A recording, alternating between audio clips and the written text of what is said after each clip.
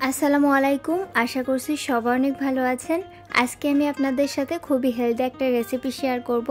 এটা তৈরি করতে খুবই কম সময় লাগে এবং খেতে কিন্তু অসম্ভব মজার।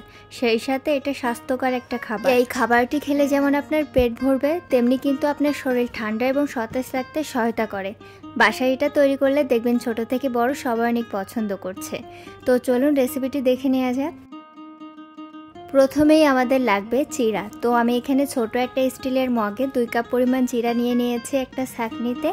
চিড়াতে কিন্তু প্রচুর পরিমাণে ময়লা থাকে, এর জন্য ছাঁকনির সাহায্যে আমি একটু টেলে নিচ্ছি, এতে করে বালিগুলো নিচে পড়ে যাবে। দেন পরে পানি দিয়ে খুব ভালোভাবে কষলে ধুয়ে নিতে হবে। চিড়ার ভেতরে যে ধানের শিটাগুলো থাকে এটা কিন্তু পানি দিয়ে ধোয়ার কারণে এটা চলে যাবে। তো অনেকবার কিন্তু আমি পরিষ্কার পানি দিয়ে কষলে চিড়াটা ধুয়ে নিয়েছি।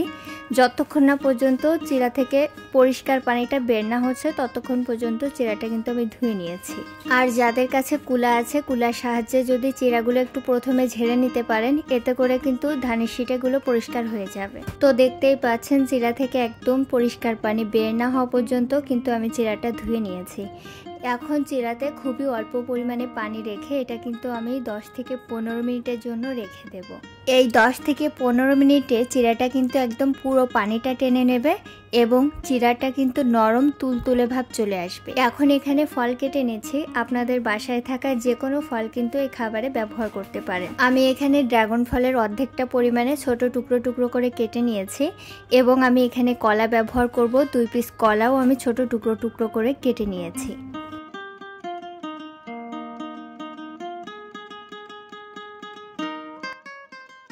আপনারা কিন্তু যে কোনো ধরনের ফল এখানে ব্যবহার করতে পারেন।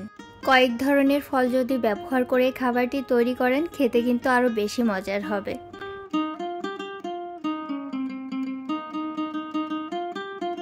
চিড়াটা একটু রেস্টে রাখার কারণে দেখতে পাচ্ছেন চিড়া কিন্তু একদম পানি চুষে নরম তুলতুলে একটা ভাব চলে আসছে। তারপর এখানে আমি সব ইনগ্রিডিয়েন্টসগুলো অ্যাড করব। এখানে হচ্ছে ড্রাগন ফলগুলো দিয়ে দিলাম, তারপরে কলা দিয়ে দিচ্ছি, এখন দিয়ে দিচ্ছি নারকেল কোড়া। নারকেল কোড়া একটু বেশি পরিমাণে দিলে খেতে কিন্তু অনেক বেশি মজার হবে।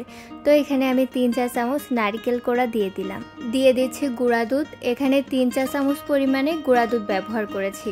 আর যাদের কাছে গুঁড়া দুধটা থাকবে না, তারা লিকুইড দুধটা একদম ঘন করে এখানে ব্যবহার করবেন।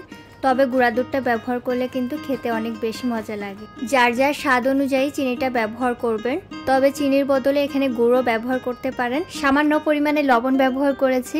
মিষ্টি খাবারে সামান্য লবণ ব্যবহার করলে মিষ্টির ব্যালেন্সটা ঠিক থাকে। এখন সবগুলো একসাথে খুব ভালোভাবে মিশিয়ে নিতে হবে।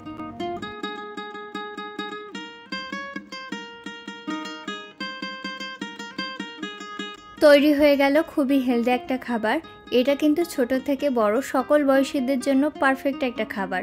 তো মাঝে মাঝে আমার বাচ্চাকেও কিন্তু এই খাবারটি তৈরি করে দিই, ও খুব পছন্দ করে। এটা খেতে আসলে অনেক বেশি মজার। বাসায় একবার ট্রাই করে দেখবেন, সবাই অনেক পছন্দ করবে। তো আশা করছি আমার আজকের রেসিপি আপনাদের ভালো লেগেছে। আমার রেসিপিসগুলো ভালো লাগলে আমার চ্যানেলটি সাবস্ক্রাইব করার অনুরোধ রইল।